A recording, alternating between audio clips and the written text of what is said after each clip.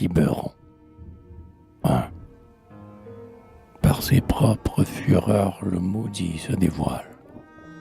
Dans le démon vainqueur, on voit l'ange proscrit, l'anathème éternel qui poursuit son étoile.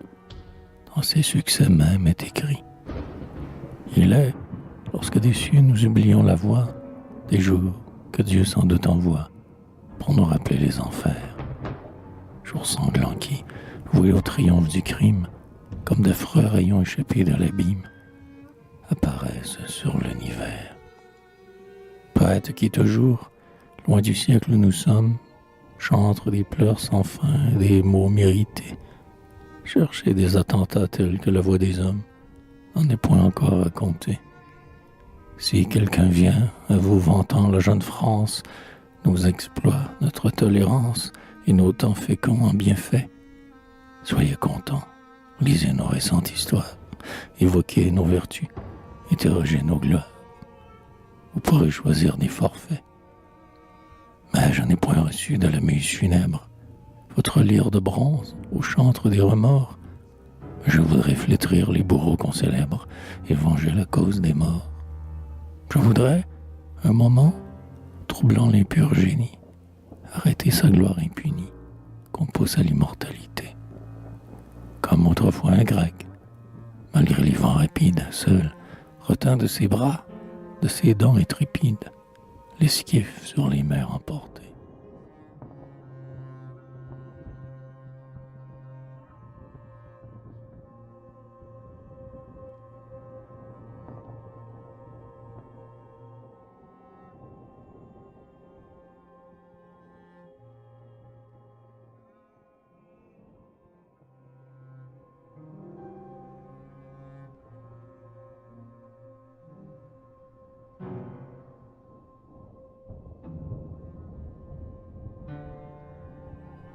Quiberon vit jadis, sur son bord solitaire, des Français assaillis s'apprêter à mourir.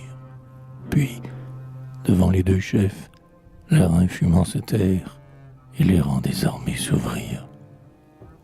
Pour sauver ses soldats, l'un d'eux offrit sa tête. L'autre accepta cette conquête, de leur traiter gage inhumain. Et nul guerrier ne crut sa promesse frivole, car devant les drapeaux, témoins de leurs paroles, tous deux s'étaient donné la main. La phalange fidèle alors livra ses armes.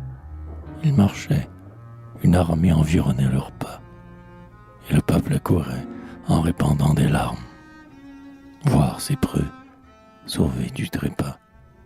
Ils foulaient en vaincu les champs de leurs ancêtres. Ce fut un vieux temple, sans prêtre, qui reçut ses vengeurs des rois. Mais l'humble autel manquait à la pieuse enceinte, et pour se consoler dans cette prison sainte, leurs yeux en vain cherchaient la croix. Tous prièrent ensemble, et, d'une voix plaintive, tous, se frappant le sang, gémirent à genoux. Un seul ne pleurait pas dans la tribu captive, c'était lui qui mourait pour tous. C'était son breuil, leur chef, jeune et plein d'espérance. L'heure de son trépas s'avance. Il la salue avec ferveur. Le supplice, entouré des apprêts funéraires, est beau pour un chrétien qui, seul, va pour ses frères, expirer, semblable au Sauveur. Oh, cessez, disait-il, ces larmes, ces reproches, guerriers, votre salut prévient tant de douleurs. Combien votre mort, vos amis et vos proches, hélas, auraient versé de pleurs. Je romps avec vos fers mes chaînes éphémères. À vos épouses, à vos mères, conservez vos jours précieux. On vous rendra la paix, la liberté et la vie. Tout ce bonheur n'a rien que mon cœur vous envie. Vous, ne m'enviez pas les cieux. Le sinistre tambour sonna l'heure dernière. Les bourreaux étaient prêts. On vit sombrer partir. La sœur ne fut point là pour leur ravir le frère, et le héros devint martyr.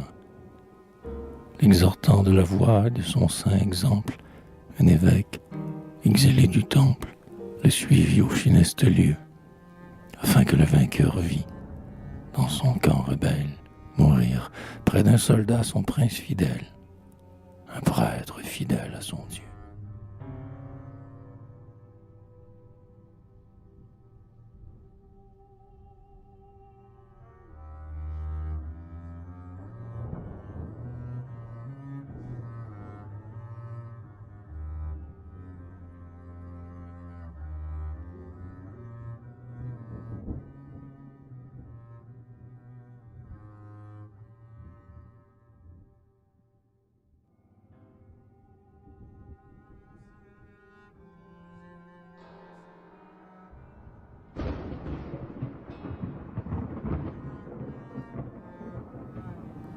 Vous pour qui s'est versé le sang expiatoire, bénissez le Seigneur, louez-le rue Sombrail.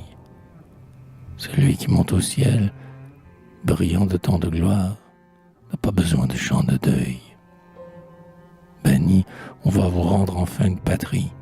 Captif, la liberté chérie se montre à vous dans l'avenir. Oui, de vos longs malheurs chantez la fin prochaine. Vos prisons vont s'ouvrir. On brise votre chaîne. Chantez. Votre exil va finir.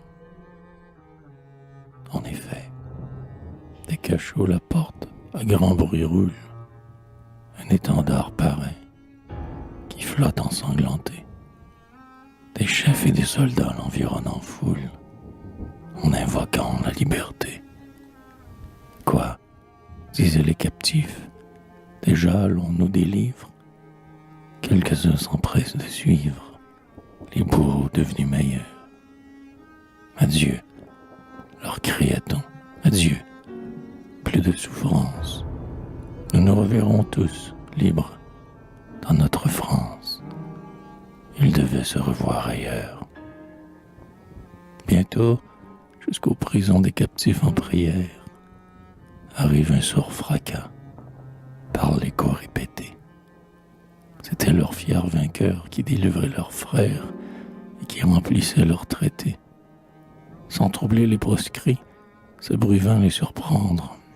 Aucun d'eux ne savait comprendre qu'on pût se jouer des serments. Ils disaient aux soldats, « Votre foi nous protège. » Et pour toute réponse, un lugubre cortège les traîna sur des corps fumants. Le jour fit place à l'ombre et la nuit à l'aurore. Hélas. Et, pour mourir traversant les cités, les crédules proscrits passaient encore, aux yeux du peuple épouvanté. Chacun d'eux racontait, brûlant d'un saint délire, à ses compagnons de martyrs, les malheurs qu'il avait soufferts. Tous succombaient sans peur, sans faste, sans murmure, regrettant seulement qu'il fallut un parjure pour les immoler dans les fers. À coups multipliés, la hache abat les chaînes, le vil chasseur, dans l'antre ignoré du soleil, égorge lentement le lion dont ses chaînes ont surpris le noble sommeil. On massacra longtemps la tribu sans défense. À leur mort assistait la France, jouait des bourreaux triomphants, comme jadis, au pied des idoles impures. Tour à tour, une veuve, en de longues tortures, vit expirer ses 7 enfants. C'était là les vertus d'un Sénat qu'on nous vante. Le sombre esprit du mal sourit en le créant. Mais ce corps aux 100 bras, fort de notre épouvante, en son sein portait son néant. Le colosse de fer s'est dissous dans la fange. L'anarchie, alors que tout change, pense voir ses œuvres durer. Mais ce Pygmalion, dans ses travaux frivoles, ne peut donner la vie aux horribles idoles qu'il se fait pour les adorer.